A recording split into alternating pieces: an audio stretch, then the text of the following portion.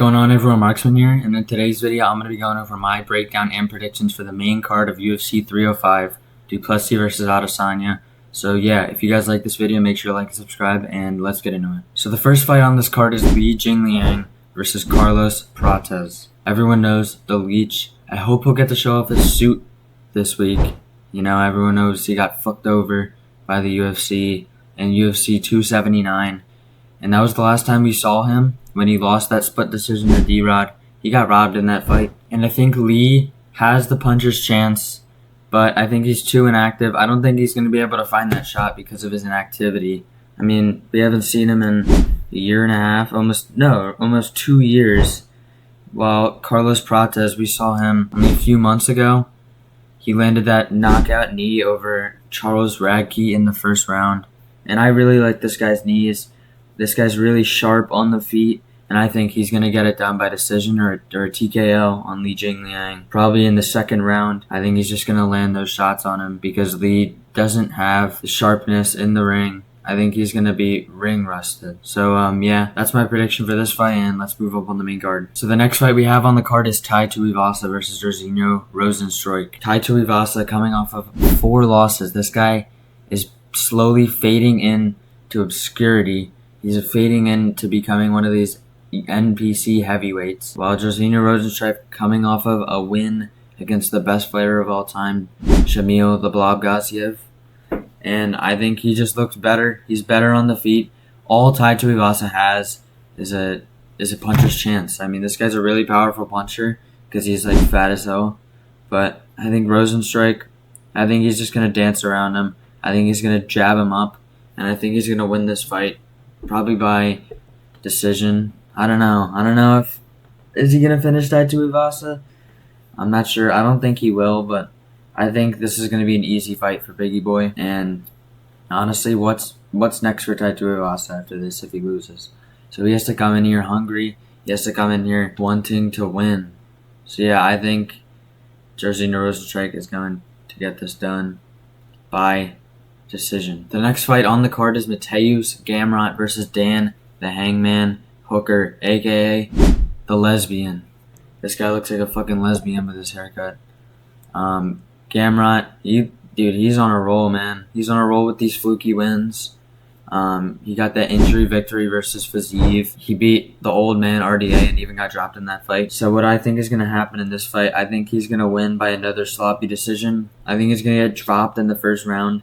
But I think he's going to stink it up on the ground. And I think he's going to win by decision. I don't see him finishing Hooker. I think Hooker's hungry. Hooker looks like he's like crazy, man. He looks like he needs this one. But I just don't think he's good enough.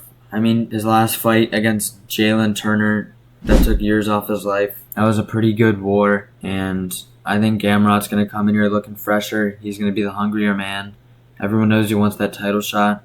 I mean, he even threatened to run up on Dana White or something. So I think Mateusz Gamrot is going to use his wrestling, and maybe he'll even use his striking too to get this win, but I think it'll be mostly just him shooting takedowns, taking Hooker to the ground, and stinking it up, because this is all this guy does, man. This guy's literally stinkfest after stinkfest after fluke win after fluke win. I don't really like Gamrot, but I think he'll get it done by decision. Moving up on the card, we already have the co-main event. I don't know how that's possible, dude. This is our co-main event. Midget Cara France versus Steve Erceg. This guy looks like a 6 foot tall guy morphed into a 5'4" man. I mean, what the hell? This guy's short as fuck. But I think Erceg's gonna get it done easy. I think Erceg coming off of that really close loss to Pantoja, and I think he looked really good in that fight. His striking looked amazing. His defensive grappling looked great. And also on the other hand, Cara France, coming off of his robbery loss to Amir Albazi. He really should have won that fight. He should be fighting for the title maybe, but it is what it is. And I think Erceg is going to come in here looking sharper. I think he's going to use his championship fight experience, and I think he's just going to outstrike Cara France this whole fight. I think Steve Erceg is going to finish Cara France in the second round by a left hook TKO. So, yeah, that's my prediction for this fight. And the last fight on the card, Dricus Plessis versus Israel Adesanya. We got the scramble for Africa here. We got the colonizer versus the native. And I think Dricus Plessis is going to get this done. Now, I think there's 2 ways that this goes down. I think A, Dricus wins by decision against Adesanya, or Adesanya beats him with a counter shot, just like he did to Costa or Whitaker. But if the fight goes past 2 rounds, I think Dricus du Plessis is going to win this fight. I think Dricus is going to come in here with a really nice game plan. I think he's going to mix in the takedowns, and I think he's just going to pressure Adesanya like Strickland did. But sometimes he comes in a little bit sloppy in the pocket, and I think Adesanya could catch him with a really nice shot. But if that doesn't happen, we're going to see Cruise Mode Izzy. And Cruise Mode Izzy is a bum.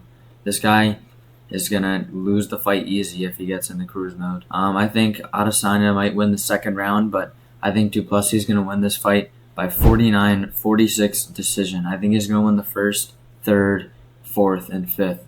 So yeah, this is it for my predictions. If you guys like this video, make sure to like and subscribe.